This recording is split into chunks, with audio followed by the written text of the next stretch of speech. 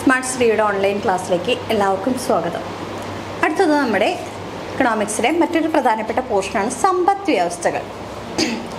സമ്പദ് വ്യവസ്ഥകൾ എത്ര തരത്തിലുണ്ട്? 3 തരത്തിലുണ്ട്. ഫസ്റ്റ് വൺ മുതലാളിത്ത സമ്പദ് വ്യവസ്ഥ, രണ്ടാമത്തെ ഏതാണ്? സോഷ്യലിസ്റ്റ് സമ്പദ് വ്യവസ്ഥ, തേർഡ് വൺ മിശ്ര സമ്പദ് വ്യവസ്ഥ. മുതലാളിത്ത സമ്പദ് വ്യവസ്ഥ, സോഷ്യലിസ്റ്റ് സമ്പദ് വ്യവസ്ഥ, മിശ്ര സമ്പദ് വ്യവസ്ഥ. മുതലാളിത്ത സമ്പദ് വ്യവസ്ഥ അറിയപ്പെടുന്ന മറ്റു 2 പേരുകളാണ് കമാൻഡ് ഇക്കോണമി അല്ലെങ്കിൽ മാർക്കറ്റ് ഇക്കോണമി. കമാൻഡ് ഇക്കോണമി അഥവാ മാർക്കറ്റ് ഇക്കോണമി. മുതലാളിത്ത സമ്പദ് വ്യവസ്ഥ എന്ന് പറഞ്ഞു കഴിഞ്ഞാൽ എന്താണ്? മുതലാളിമാർ കൂടുതലുണ്ടാവുക, അത് തന്നെയാണ് മുതലാളിത്ത സമ്പദ് വ്യവസ്ഥ. ഉൽപാദനോപാധികൾ സ്വകാര്യ ഉടമസ്ഥതയിലുള്ളതും ലാഭം ലക്ഷ്യമാക്കി പ്രവർത്തിക്കുന്നതുമായ സമ്പദ് വ്യവസ്ഥയാണ് മുതലാളിത്ത സമ്പദ് വ്യവസ്ഥ. ഉത്പാദനോപാധികൾ ആരുടെ കയ്യിലായിരിക്കും? സ്വകാര്യ വ്യക്തികളുടെ കയ്യിലായിരിക്കും. ലാഭം, സ്വകാര്യ വ്യക്തികൾക്ക് പ്രധാനപ്പെട്ട അൾട്ടിമേറ്റ് എയിം എന്തായിരിക്കും? ലാഭം നേടുക, അല്ലേ? അപ്പോൾ ലാഭം ലക്ഷ്യമാക്കി പ്രവർത്തിക്കുകയും ചെയ്യുന്ന സമ്പദ് വ്യവസ്ഥയാണ് മുതലാളിത്ത സമ്പദ് വ്യവസ്ഥ. അപ്പോൾ മുതലാളിത്ത രാജ്യങ്ങൾക്ക് ഉദാഹരണം ഏതൊക്കെയാണ്? USA, UK, കാനഡ, ഫ്രാൻസ് ഒക്കെ മുതലാളിത്ത സമ്പദ് വ്യവസ്ഥയുള്ള രാജ്യങ്ങൾക്ക് ഉദാഹരണമാണ്. USA, UK, Canada, France. ഉൽപാദനോപാധികൾ സ്വകാര്യ ഉടമസ്ഥതയിലുള്ളതും ലാഭം ലക്ഷ്യമാക്കി പ്രവർത്തിക്കുന്നതുമായ സമ്പദ് വ്യവസ്ഥയാണ് മുതലാളിത്ത സമ്പദ് വ്യവസ്ഥ. Example USA, UK, Canada and France. നമ്മൾ ഫസ്റ്റ് ക്ലാസ്സിൽ പഠിച്ചിട്ടുണ്ട് ലെസഫെയർ സിദ്ധാന്തം. ആരാണ് ഉപജ്ഞാതാവ്? ആഡം സ്മിത്ത് ആയിരുന്നു ലെസഫെയർ സിദ്ധാന്തത്തിൻ്റെ ഉപജ്ഞാതാവ്. എന്തായിരുന്നു ലെസഫെയർ സിദ്ധാന്തം? സാമ്പത്തിക പ്രവർത്തനങ്ങളിൽ ഗവൺമെൻറ്റിൻ്റെ ഇടപെടൽ ചുരുക്കണമെന്നും വ്യക്തികൾക്ക് കൂടുതൽ സ്വാതന്ത്ര്യം നൽകണമെന്നും പറയപ്പെടുന്ന ഒരു സിദ്ധാന്തമായിരുന്നു ലെസഫെയർ സിദ്ധാന്തം. അപ്പോൾ ലെസഫെയർ സിദ്ധാന്തത്തിൻ്റെ ഉപജ്ഞാതാവ് ആഡം സ്മിത്ത് ആണെന്നൊക്കെ പറഞ്ഞ് പഠിച്ചു. ലെസഫെയർ സിദ്ധാന്തത്തെ അടിസ്ഥാനമാക്കിയുള്ള സമ്പദ് വ്യവസ്ഥയാണ് മുതലാളിത്ത സമ്പദ് വ്യവസ്ഥ. മുതലാളിത്ത സമ്പദ് വ്യവസ്ഥ ലെസഫെയർ സിദ്ധാന്തത്തെ അടിസ്ഥാനമാക്കി നിലകൊള്ളുന്ന സമ്പദ് വ്യവസ്ഥയാണ് മുതലാളിത്ത സമ്പദ് വ്യവസ്ഥ, അല്ലെങ്കിൽ കമാൻഡ് ഇക്കോണമി അല്ലെങ്കിൽ മാർക്കറ്റ് ഇക്കോണമി. ഓക്കെ ആണല്ലോ ഇത്രയും കാര്യങ്ങൾ. അപ്പോൾ എന്തൊക്കെയാണ് പ്രധാനപ്പെട്ട സവിശേഷതകൾ മുതലാളിത്ത സമ്പദ് വ്യവസ്ഥകളുടെ? മുതലാളിത്ത സമ്പദ് വ്യവസ്ഥയുടെ പ്രധാനപ്പെട്ട സവിശേഷതകൾ: സംരംഭകർക്ക് ഏത് ഉൽപ്പന്നവും ഉൽപ്പാദിപ്പിക്കാനുള്ള സ്വാതന്ത്ര്യം. സംരംഭകർക്ക് ഏത് ഉൽപ്പന്നവും ഉൽപ്പാദിപ്പിക്കാനുള്ള സ്വാതന്ത്ര്യമുണ്ട്. പിന്നെന്താണ്? സ്വകാര്യ സ്വത്തവകാശം, പാരമ്പര്യ സ്വത്ത് കൈമാറ്റ രീതി. അപ്പോൾ സംരംഭകർക്ക് ഏത് ഉൽപ്പന്നവും ഉൽപ്പാദിപ്പിക്കാനുള്ള സ്വാതന്ത്ര്യം ഉണ്ടാവും.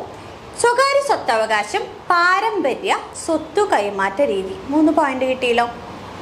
ഇനി വില നിയന്ത്രണമില്ലാത്ത സ്വതന്ത്രമായ കമ്പോളം. അവിടെ മുതലാളിത്ത ഇക്കോണമിയാണ്, കുറേ മുതലാളിമാരാണ്. അപ്പോൾ നമുക്ക് ഇഷ്ടമുള്ള റേറ്റാണ്, ഗവൺമെൻറ് ഇടപെടലൊക്കെ കുറവാണ്. അപ്പോൾ വില നിയന്ത്രണമില്ലാത്ത സ്വതന്ത്രമായ കമ്പോളം. ഓക്കെ ആണല്ലോ. അപ്പോൾ എന്താ പറഞ്ഞത്? സ്വകാര്യ സ്വത്തവകാശം, പാരമ്പര്യ സ്വത്ത് കൈമാറ്റ രീതി, എന്തുൽപ്പന്നം ഉൽപ്പാദിപ്പിക്കാനുള്ള സ്വാതന്ത്ര്യം, വില നിയന്ത്രണമില്ലാത്ത സ്വതന്ത്രമായ കമ്പോളം. ഓക്കെ അല്ലേ?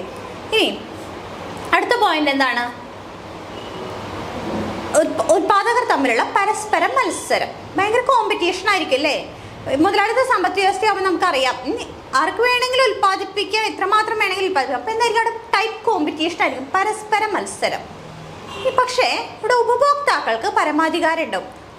നമുക്കറിയാമല്ലോ, നമ്മളൊരു ഷോപ്പിൽ കയറി നമ്മൾ കുറേ വാരി വലിച്ചിട്ടു, വേണമെങ്കിൽ വാങ്ങാൻ വേണ്ട. അടുത്ത ഷോപ്പിൽ കയറി കുറേ വാരി വലിച്ചിട്ട് ഉപഭോക്താക്കൾക്ക് ഭയങ്കര അധികാരമുണ്ട്. നമുക്ക് വേണമെങ്കിൽ വാങ്ങാം, വേണ്ടെങ്കിൽ വേണ്ട, വില പേശൽ നടത്താം, അങ്ങനെയുള്ള കുറച്ച് അധികാരങ്ങളൊക്കെ ഉപഭോക്താക്കൾക്കുണ്ട്. ഉപഭോക്താക്കൾക്ക് പരമാധികാരം.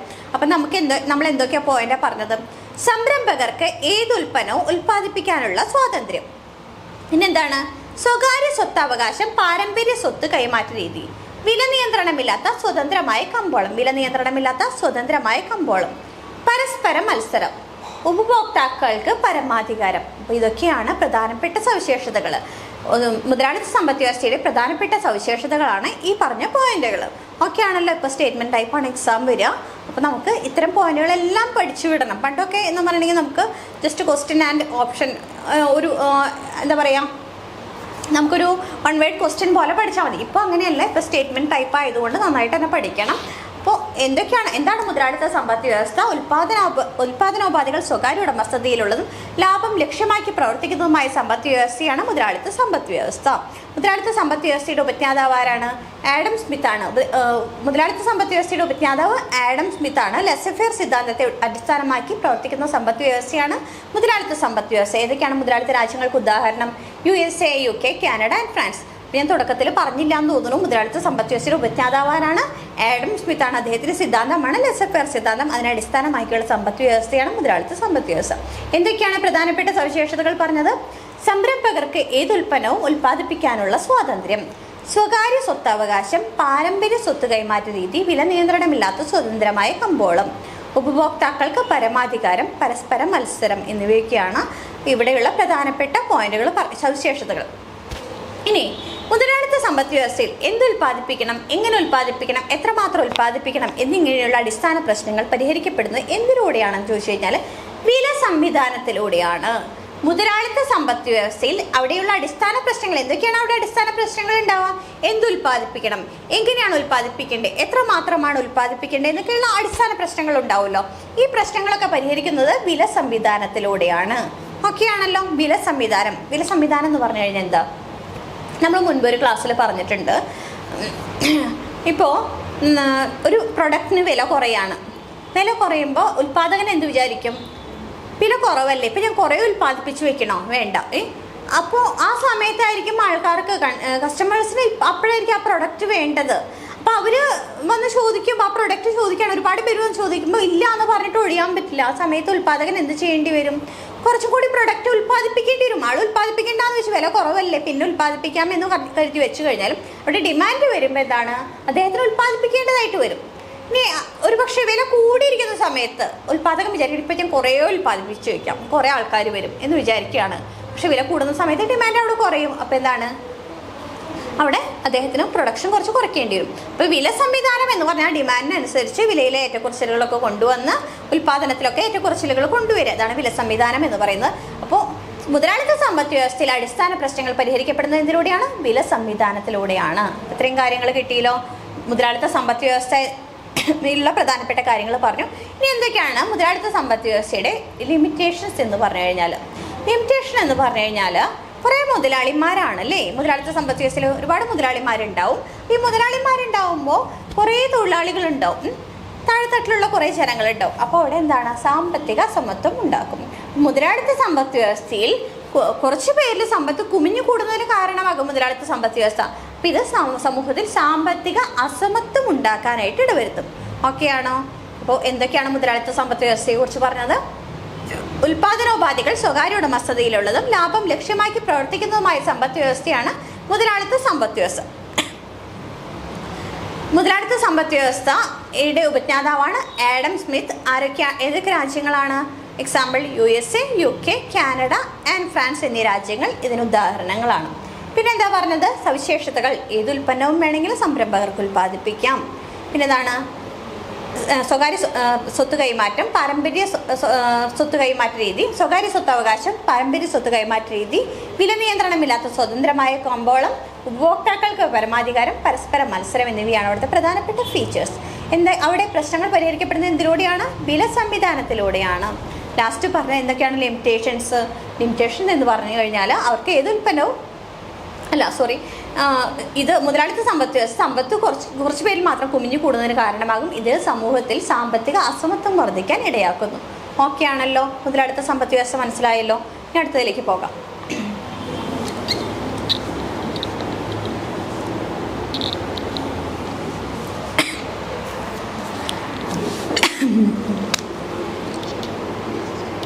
സോഷ്യലിസ്റ്റ് സമ്പദ് വ്യവസ്ഥ.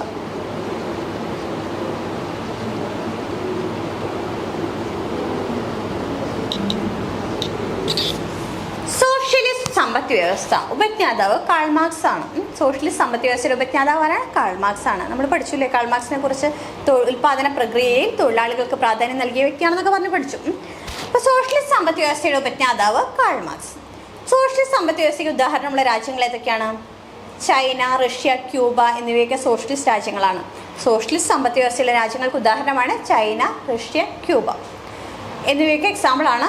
പിന്നെ SCERT ടെക്സ്റ്റ് ബുക്കിൽ തന്നെ പറയുന്നുണ്ട്. ഇതൊക്കെ മുൻപത്തെ കാര്യമാണ്. ഇപ്പം എല്ലായിടത്തും മാറ്റങ്ങളൊക്കെ വന്നു തുടങ്ങിയെന്ന് പറയുന്നുണ്ട്. ഇപ്പം എല്ലായിടത്തും ഒരു മിശ്ര സമ്പദ് വ്യവസ്ഥയുടെ രീതി വന്നു തുടങ്ങിയെന്ന് SCERT ടെക്സ്റ്റ് ബുക്കിൽ പ്രത്യേകം എടുത്ത് പറയുന്നുണ്ട്. അപ്പോൾ എന്തായാലും നമുക്ക് പഠിക്കേണ്ടത് മുതലാളിത്ത രാജ്യങ്ങൾക്ക് ഉദാഹരണം USA, UK, Canada and France. Socialist രാജ്യങ്ങൾക്ക് ഉദാഹരണം ഏതാണ്? റഷ്യ, ചൈന, ക്യൂബ എന്നിവയൊക്കെ സോഷ്യലിസ്റ്റ് രാജ്യങ്ങൾക്ക് ഉദാഹരണമാണ്. ആരാണ് പിതാവ്? Karl Marx. എന്തൊക്കെയാണ് ഇവിടെ സവിശേഷതകൾ എന്ന് പറയാം? ഇവിടെ ഉൽപാദനോപാധികൾ ആരുടെ കയ്യിലായിരിക്കും? ഗവൺമെന്റിന്റെ കയ്യിലായിരിക്കും. ഉൽപാദനോപാധികൾ സർക്കാർ ഉടമസ്ഥതയിലുള്ളതും ഇവിടെ എന്തായിരിക്കും? കേന്ദ്രീകൃത ആസൂത്രണം അടിസ്ഥാനമാക്കിയതുമായ സമ്പദ് വ്യവസ്ഥയാണ്. ഉൽപാദനോപാധികൾ ഗവൺമെന്റിന്റെ ഉടമസ്ഥതയിലുള്ളതും ആസൂത്രണത്തിൽ അധിഷ്ഠിതമായ സമ്പദ് വ്യവസ്ഥയാണ് സോഷ്യലിസ്റ്റ് സമ്പദ് വ്യവസ്ഥ. അപ്പോൾ വ്യത്യാസം മനസ്സിലായല്ലോ. മുതലാളിത്ത സമ്പദ് വ്യവസ്ഥയിൽ ആരുടെ കയ്യിലാണ്? മുതലാളിമാരുടെ കയ്യിലാണ്, സ്വകാര്യ വ്യക്തികളുടെ കയ്യിലാണ്. ഇവിടെ ആരുടെ കയ്യിലാണ്? ഗവൺമെന്റിന്റെ കയ്യിലാണ്. അപ്പോൾ അവിടെ എന്തായിരുന്നു ലക്ഷ്യം? ലാഭം. ഇവിടെ ആസൂത്രണത്തിൽ ഗവൺമെന്റ് ആകുമ്പോൾ പ്രോപ്പർ പ്ലാനിങ് ഉണ്ടാവും അല്ലേ? കൃത്യമായിട്ടുള്ള പ്ലാനിങ് ഉണ്ടാവും. അപ്പോൾ ആ പ്രോപ്പർ പ്ലാനിങ് ഇവിടെ കൃത്യമായ ആസൂത്രണത്തിൽ അധിഷ്ഠിതമായ ഒരു സമ്പദ് വ്യവസ്ഥയാണ് സോഷ്യലിസ്റ്റ് സമ്പദ് വ്യവസ്ഥ. അപ്പോൾ എന്തൊക്കെയായിരിക്കും ഇവിടുത്തെ പ്രധാനപ്പെട്ട ഗുണങ്ങൾ എന്ന് പറഞ്ഞു കഴിഞ്ഞാൽ? ഫീച്ചേഴ്സ് എന്ന് പറഞ്ഞു കഴിഞ്ഞാൽ അവിടെ ഫീച്ചർ ഒന്നാമത്തെ പ്രധാനപ്പെട്ടത് എന്താ പറയാം? ജനക്ഷേമം ലക്ഷ്യമാക്കിയുള്ള പ്രവർത്തനം. ജനക്ഷേമം ലക്ഷ്യമാക്കിയുള്ള പ്രവർത്തനം. ഗവൺമെന്റ് ആകുമ്പോൾ ജനക്ഷേമം ലക്ഷ്യമാക്കിയുള്ള പ്രവർത്തിക്കുക. രണ്ടാമത്തേത് നമ്മൾ നേരത്തെ ഫസ്റ്റ് മുതലാളിത്ത സമ്പദ് വ്യവസ്ഥ ലിമിറ്റേഷൻ പറഞ്ഞു, സാമ്പത്തിക അസമത്വം ഉണ്ടാക്കുന്നു. ഇവിടെ എന്താണ് ഗവൺമെന്റ് ശ്രമം? സമത്വം ഉണ്ടാക്കാൻ വേണ്ടിയിട്ട്. അപ്പോൾ രണ്ടാമത്തെ സമത്വം, രണ്ടാമത്തെ സവിശേഷത സമത്വം. മൂന്നാമത്തെ സവിശേഷത ആസൂത്രണം. മൂന്നാമത്തെ എന്താണ്? ആസൂത്രണത്തിൽ അധിഷ്ഠിതമാണ്. അതിന് ഫീച്ചേഴ്സ് പറയുകയാണെങ്കിൽ സ്വകാര്യ സ്വത്തവകാശം ഇല്ല, പാരമ്പര്യ സ്വത്ത് കൈമാറ്റ രീതിയിൽ എന്നിവയുടെ അഭാവം ഫീച്ചേഴ്സിൽ വേണമെങ്കിൽ പറയാം. അത് നമുക്ക് അറിയാവുന്ന കാര്യങ്ങളാണ്. പിന്നെ അല്ലാത്ത എക്സ്ട്രാ പോയിന്റ് എന്താണ്? ജനക്ഷേമം ലക്ഷ്യമാക്കിയുള്ള പ്രവർത്തനമാണ്, സാമ്പത്തിക സമത്വം ഉണ്ടാകുന്നു, ദെൻ ആസൂത്രണത്തിൽ അധിഷ്ഠിതമാണ്. ഇതൊക്കെയാണ് ഇവിടുത്തെ പ്രധാനപ്പെട്ട ഫീച്ചേഴ്സ്. ഇനി ഇവിടെ നമ്മൾ നേരത്തെ മുതലാളിത്ത സമ്പദ് വ്യവസ്ഥയിൽ പറഞ്ഞു എന്ത് ഉൽപ്പാദിപ്പിക്കണം, എങ്ങനെ ഉൽപ്പാദിപ്പിക്കണം എന്നുള്ള അടിസ്ഥാന പ്രശ്നങ്ങൾ പരിഹരിക്കപ്പെടുന്നത് എന്തിലൂടെയാണ്? വില സംവിധാനത്തിലൂടെയാണെന്ന് പറഞ്ഞു. ഇവിടെ അടിസ്ഥാന പ്രശ്നങ്ങൾ പരിഹരിക്കപ്പെടുന്നത് ആസൂത്രണത്തിലൂടെയാണ്. സോഷ്യലിസ്റ്റ് സമ്പദ് വ്യവസ്ഥയിൽ അടിസ്ഥാന പ്രശ്നങ്ങൾ പരിഹരിക്കപ്പെടുന്നത് ആസൂത്രണത്തിലൂടെയാണ്. ഓക്കെ ആണല്ലോ. സോഷ്യലിസ്റ്റ് സമ്പദ് വ്യവസ്ഥയിൽ അടിസ്ഥാന പ്രശ്നങ്ങൾ പരിഹരിക്കപ്പെടുന്ന ആസൂത്രണത്തിലൂടെയാണ്. ഇവിടെ വില സംവിധാനത്തിന് പ്രാധാന്യമില്ല. സോഷ്യലിസ്റ്റ് സമ്പദ് വ്യവസ്ഥയിൽ വില സംവിധാനത്തിന് പ്രാധാന്യം ഇല്ല. ഓക്കെ ആണല്ലോ. ഇനി എന്തൊക്കെയാണ് ലിമിറ്റേഷൻസ്? സോഷ്യലിസ്റ്റ് സമ്പദ് വ്യവസ്ഥയുടെ ലിമിറ്റേഷൻസ് എന്തൊക്കെയാണ്? ഇപ്പോൾ ഫസ്റ്റത്തെ ലിമിറ്റേഷൻ എന്ന് പറഞ്ഞു കഴിഞ്ഞാൽ, ഇപ്പോൾ സ്വകാര്യ സ്വത്ത് കൈമാറ്റമോ പാരമ്പര്യ സ്വത്ത് കൈമാറ്റ രീതിയൊന്നുമില്ല. ആ സാഹചര്യത്തിൽ എന്താണ്? ജനങ്ങൾക്ക് അധ്വാനിക്കാനുള്ള താല്പര്യം കുറവായിരിക്കും. ഞാൻ കുറെ അധ്വാനിച്ചിട്ട് എന്തിനാ, ഇത് എൻ്റെ കുടുംബത്തേക്കല്ലല്ലോ ഇത് മുഴുവൻ കൊണ്ടുപോകുന്നത്, എനിക്കൊരു ചെറിയ ശതമാനമല്ലേ കിട്ടുള്ളൂ എന്നുള്ള ചിന്ത വരുമ്പോൾ അധ്വാനിക്കാനുള്ള താല്പര്യം കുറവായിരിക്കും. സ്വകാര്യ സ്വത്തവകാശവും പാരമ്പര്യ സ്വത്ത് കൈമാറ്റ രീതിയും ഇല്ലാത്തത് കൊണ്ട് ജനങ്ങൾക്ക് അധ്വാനിക്കാനുള്ള താല്പര്യം കുറവായിരിക്കും. പിന്നെ രണ്ടാമത്തെ പോയിന്റ് പറയാവുന്നത്, എല്ലാ മേഖലകളിലും മുതൽ മുടക്കാനുള്ള ഒരു പണം ഗവൺമെന്റ് കയ്യിൽ ചിലപ്പോൾ ഉണ്ടാവണമെന്നില്ല. നമുക്കറിയാം നമ്മുടെ രാജ്യത്തൊക്കെ ഇഷ്ടംപോലെ വ്യവസായങ്ങൾ സ്വകാര്യവൽക്കരിക്കുന്നുണ്ട്. എല്ലാ മേഖലകളിലും മുതൽ മുടക്കാനുള്ള പണം സർക്കാരിന്റെ കയ്യിൽ ഉണ്ടാവില്ല. അതുകൊണ്ടായിരിക്കാം സ്വകാര്യവൽക്കരണം വരുന്നത്. അപ്പോൾ സോഷ്യലിസ്റ്റ് സമ്പദ് വ്യവസ്ഥയുടെ ഒരു പ്രധാനപ്പെട്ട ലിമിറ്റേഷൻ എന്താണ്? എല്ലാ മേഖലകളിലും മുതൽ മുടക്കാനുള്ള പണം ഗവൺമെന്റ് കയ്യിൽ ഉണ്ടാവണമെന്നില്ല. അപ്പോൾ പണം കുറവ് ഒരു ലിമിറ്റേഷൻ. രണ്ടാമത്തെ പറഞ്ഞാൽ എന്താണ്? അധ്വാനിക്കാനുള്ള താല്പര്യം കുറവ്. മൂന്നാമത്തെ, ഉപഭോക്താക്കൾക്ക് ഇവിടെ പരമാധികാരമില്ല. ഉപഭോക്താക്കൾക്ക് പരമാധികാരമില്ല. ഗവൺമെന്റിന്റെ ഇല്ലേ, അവിടെ നമുക്ക് പേശാനോ അല്ലെങ്കിൽ വേണ്ടാന്ന് വെക്കാനൊന്നും പറ്റില്ല. അതായത് കുറെ ചോയ്സുകളൊന്നുമില്ല. അപ്പോൾ ഉപഭോക്താക്കൾക്ക് പരമാധികാരം, മുതലാളിത്ത സമ്പദ് വ്യവസ്ഥയിൽ എന്താണ്? ഉപഭോക്താക്കൾക്ക് പരമാധികാരം ഉണ്ട്. ഇവിടെ ഉപഭോക്താക്കൾക്ക് പരമാധികാരം കുറവാണ്, പരമാധികാരമില്ല. അപ്പോൾ 3 ലിമിറ്റേഷനാണ് സോഷ്യലിസ്റ്റ് സമ്പദ് വ്യവസ്ഥയുടെ പറയാവുന്നത്. എല്ലാ മേഖലകളിലും മുതൽ മുടക്കാനായിട്ട് പണം സർക്കാരിൻ്റെ കയ്യിൽ ഉണ്ടാവണമെന്നില്ല. രണ്ടാമത്തത്, സ്വകാര്യ സ്വത്തവകാശവും പാരമ്പര്യ സ്വത്ത് കൈമാറ്റ രീതിയും ഇല്ലാത്ത സാഹചര്യത്തിൽ ജനങ്ങൾക്ക് അധ്വാനിക്കാനുള്ള താല്പര്യം കുറവായിരിക്കും. തേർഡ് വൺ, ഉപഭോക്താക്കൾക്ക് പരമാധികാരമില്ല. ഇപ്പൊ സോഷ്യലിസ്റ്റ് സമ്പദ് വ്യവസ്ഥ എന്ന് പറഞ്ഞാൽ എന്താണ്? ഉൽപാദനോപാധികൾ ഗവൺമെന്റിന്റെ ഉടമസ്ഥതയിലുള്ളതും ആസൂത്രണത്തിൽ അധിഷ്ഠിതമായ സമ്പദ് വ്യവസ്ഥയാണ് സോഷ്യലിസ്റ്റ് സമ്പദ് വ്യവസ്ഥ. ഉപജ്ഞാതാവ് കാൾ മാർക്സ്. ഏതൊക്കെ രാജ്യങ്ങളാണ് എക്സാമ്പിൾ ആയിട്ട് എടുക്കുക? ചൈന, റഷ്യ, ക്യൂബ എന്നിവയൊക്കെയാണ് എക്സാമ്പിൾ. എന്തൊക്കെയാണ് സോഷ്യലിസ്റ്റ് സമ്പദ് വ്യവസ്ഥയുടെ ഫീച്ചേഴ്സ് എന്ന് പറയുന്നത്? ജനക്ഷേമം ലക്ഷ്യമാക്കിയുള്ള പ്രവർത്തനം, ആസൂത്രണത്തിൽ അധിഷ്ഠിതമാണ്, സാമ്പത്തിക സമത്വം ഉണ്ടാവും, സ്വകാര്യ സ്വത്ത് കൈമാറ്റ രീതി, പിന്നെ എന്താണ് പാരമ്പര്യ സ്വത്ത് കൈമാറ്റ രീതി, സ്വകാര്യ സ്വത്ത് അവകാശം എന്നിവയുടെ അഭാവം. അടുത്തത് എന്താണ്? നമ്മൾ പറഞ്ഞു ഇവിടെ പ്രശ്നങ്ങൾ പരിഹരിക്കപ്പെടുന്നത് ആസൂത്രണത്തിലൂടെയാണ്. വില സംവിധാനത്തിന് പ്രാധാന്യമില്ല. എന്തൊക്കെയാണ് ലിമിറ്റേഷൻസ്? എല്ലാ മേഖലകളിലും മുതൽ മുടക്കാനുള്ള ഒരു ശേഷി ചിലപ്പോൾ ഗവൺമെൻറ് ഉണ്ടായിക്കൊള്ളണമെന്നില്ല. ഉപഭോക്താക്കൾക്ക് പരമാധികാരമില്ല. പിന്നെ ഒരു പോയിന്റ് കൂടെ പറഞ്ഞല്ലോ നമ്മൾ, സ്വകാര്യ സ്വത്തവകാശവും പാരമ്പര്യ സ്വത്ത് കൈമാറ്റ രീതിയും ഇല്ലാത്തത് കൊണ്ട് ജനങ്ങൾക്ക് അധ്വാനിക്കാനുള്ള താല്പര്യം കുറവായിരിക്കും. അടുത്ത പോയിന്റാണ് മിശ്ര സമ്പദ് വ്യവസ്ഥ. നമ്മുടെ രാജ്യം ഏത് സമ്പദ് വ്യവസ്ഥയാണ് ഫോളോ ചെയ്യുന്നത്? മിശ്ര സമ്പദ് വ്യവസ്ഥയാണ്. നമുക്കറിയാം ഇപ്പോൾ ഗവൺമെന്റിന്റെ സ്ഥാപനങ്ങളുണ്ട്, സ്വകാര്യ സ്ഥാപനങ്ങളുണ്ട്. ഒരു മിശ്ര സമ്പദ് വ്യവസ്ഥയാണ് ഫോളോ ചെയ്യുന്നത്. അപ്പോൾ മിശ്ര സമ്പദ് വ്യവസ്ഥയുടെ ഉപജ്ഞാതാവും പറയുന്നത് ആഡം സ്മിത്ത് തന്നെയാണ് കേട്ടോ. അപ്പോൾ മുതലാളിത്ത സമ്പദ് വ്യവസ്ഥയുടെ ഉപജ്ഞാതാവ്, മിശ്ര സമ്പദ് വ്യവസ്ഥയുടെ ഉപജ്ഞാതാവ് ആഡം സ്മിത്ത് ആണ്. ദെൻ മിശ്ര സമ്പദ് വ്യവസ്ഥയ്ക്ക് ഉദാഹരണം ഇന്ത്യ. നമുക്ക് സിമ്പിളായിട്ട് നമുക്ക് ഓർത്തിരിക്കാം. മിശ്ര സമ്പദ് വ്യവസ്ഥയുടെ എക്സാമ്പിൾ ഏതാണ്? ഇന്ത്യയാണ്. ഇനി ഇവിടെ എന്തൊക്കെയാണ് പ്രധാനപ്പെട്ട അതിൻ്റെ ഫീച്ചേഴ്സ് എന്ന് പറയാവുന്നതെന്ന് വെച്ച് കഴിഞ്ഞാൽ, രണ്ടിൻ്റെയും കൂടി ഗുണങ്ങൾ ഇങ്ങോട്ട് എടുക്കാം. ഇവിടെ ഈ പറയുന്ന ജനക്ഷേമം മുൻഗണന കൊടുക്കുന്നുണ്ട്. ഒന്ന് ജനക്ഷേമം,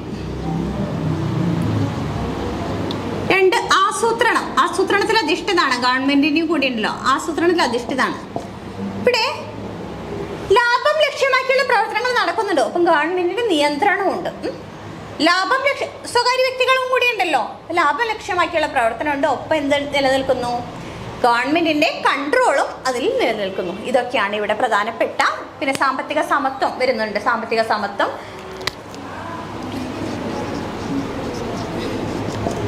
സ്വകാര്യ സ്വത്തവകാശം, പാരമ്പര്യ സ്വത്ത് കൈമാറ്റ രീതിയൊക്കെ കുറച്ച് പേർക്കുണ്ട്. ലാഭം ലക്ഷ്യമാക്കിയുള്ള പ്രവർത്തനം നടക്കുന്നുണ്ട്. അതോടൊപ്പം എന്താണ്? ഗവൺമെന്റിന്റെ ഓവറോൾ കൺട്രോളും എല്ലായിടത്തും ഉണ്ട്. അതാണ് മിശ്ര സമ്പദ് വ്യവസ്ഥയുടെ പ്രധാനപ്പെട്ട ഫീച്ചേഴ്സ്. നമ്മൾ എന്തൊക്കെയാണ് പഠിച്ചത്? സമ്പദ് വ്യവസ്ഥ എന്നുള്ള ടോപ്പിക്കാണ് പഠിച്ചത്. 3 തരം സമ്പദ് വ്യവസ്ഥകളുണ്ട്: സോഷ്യലിസ്റ്റ്, മുതലാളിത്തം, മിശ്രം. മുതലാളിത്ത സമ്പദ് വ്യവസ്ഥയുടെ ഉപജ്ഞാതാവാരാണ്? ആഡം സ്മിത്ത് ആണ്. രാജ്യങ്ങൾ ഏതൊക്കെയാണ്? USA, UK, കാനഡയൊക്കെ അതിന് എക്സാമ്പിളാണ്. പിന്നെ ഉൽപ്പാദനോപാധികൾ സ്വകാര്യ ഉടമസ്ഥതയിലുള്ളതും ലാഭം ലക്ഷ്യമാക്കി പ്രവർത്തിക്കുന്നതുമായ സമ്പദ് വ്യവസ്ഥയാണ് മുതലാളിത്ത സമ്പദ് വ്യവസ്ഥ. മുതലാളിത്ത സമ്പദ് വ്യവസ്ഥയുടെ പ്രധാനപ്പെട്ട ഫീച്ചേഴ്സ് എന്ന് പറഞ്ഞു എന്താണ്? എന്ത് ഉൽപ്പാദിപ്പിക്കാനുള്ള സ്വാതന്ത്ര്യമുണ്ട്, സ്വകാര്യ സ്വത്തവകാശം, പാരമ്പര്യ സ്വത്ത് കൈമാറ്റ രീതി, വില നിയന്ത്രണമില്ലാത്ത സ്വതന്ത്രമായ കമ്പോളം. പിന്നെന്താ പറഞ്ഞത്? പരസ്പര മത്സരം, ഉപഭോക്താക്കൾക്ക് പരമാധികാരം. ഇത്രയും പോയിന്റുകളാണ് പറഞ്ഞത്. അവിടെ അടിസ്ഥാന പ്രശ്നങ്ങൾ പരിഹരിക്കപ്പെടുന്നത് എന്തിലൂടെയാണ്? വില സംവിധാനത്തിലൂടെയാണ്. ലിമിറ്റേഷൻ എന്താണ്? കുറച്ച് പേരിൽ മാത്രം സമ്പത്ത് കുമിഞ്ഞുകൂടുന്നതിന് കാരണമാകുന്നു. ഇത് സാമ്പത്തിക അസമത്വത്തിന് ഇടയാക്കുന്നു. രണ്ടാമത്തെ സോഷ്യൽ സമ്പദ് വ്യവസ്ഥ ഉപജ്ഞാതാവ് കാൾ മാർക്സ് ആണ്. ദെൻ ഏതൊക്കെ രാജ്യങ്ങളാണ്? ചൈന, റഷ്യ, ക്യൂബ എന്നിവ എക്സാമ്പിളാണ്. സോഷ്യൽ സമ്പദ് വ്യവസ്ഥയുടെ പ്രധാനപ്പെട്ട എന്താണ് അതിൻ്റെ ഡെഫിനിഷൻ എന്ന് പറയാവുന്നത്? ഉൽപ്പാദനോപാധികൾ ഗവൺമെന്റിന്റെ ഉടമസ്ഥതയിലുള്ളതും ആസൂത്രണത്തിൽ അധിഷ്ഠിതമായ സമ്പദ് വ്യവസ്ഥയാണ് സോഷ്യലിസ്റ്റ് സമ്പദ് വ്യവസ്ഥ. അവിടെ പ്രധാനപ്പെട്ട ഫീച്ചേഴ്സ് എന്താണ്? ജനക്ഷേമം ലക്ഷ്യമാക്കിയുള്ള പ്രവർത്തനം, പിന്നെന്താണ്? ജനക്ഷേമമുണ്ട്, സാമ്പത്തിക സമത്വമുണ്ട്, ആസൂത്രണമുണ്ട്. സ്വകാര്യ സ്വത്തവകാശത്തിൻ്റെ അഭാവം, പാരമ്പര്യ സ്വത്ത് കൈമാറ്റ രീതിയുടെ അഭാവം. അവിടെ പ്രശ്നങ്ങൾ പരിഹരിക്കപ്പെടുന്നത് ആസൂത്രണത്തിലൂടെയാണ്. ലിമിറ്റേഷൻ എന്താണ്? എല്ലാ മേഖലകളിലും മുതൽ മുടക്കാനുള്ള പണം ഗവൺമെൻറ് കയ്യിലുണ്ടാവണമെന്നില്ല. ഉപഭോക്താക്കൾക്ക് പരമാധികാരമില്ല. പിന്നെ ഒരു പോയിന്റ് കൂടെ പറഞ്ഞല്ലോ, സ്വകാര്യ സ്വത്തവകാശവും പാരമ്പര്യ സ്വത്ത് കൈമാറ്റ രീതി ഇല്ലാത്തത് കൊണ്ട് ജനങ്ങൾക്ക് അധ്വാനിക്കാനുള്ള താല്പര്യം കുറവായിരിക്കും. ഇത്രയും കഴിഞ്ഞു. ഇനി അടുത്തത് മിശ്ര സമ്പദ് വ്യവസ്ഥ. രണ്ടും കൂടി, ഗവൺമെൻറ്റും സ്വകാര്യ വ്യക്തികളും കൂടി നിലനിൽക്കുന്ന സമ്പദ് വ്യവസ്ഥയാണ്. ഇന്ത്യയാണ് എക്സാമ്പിൾ.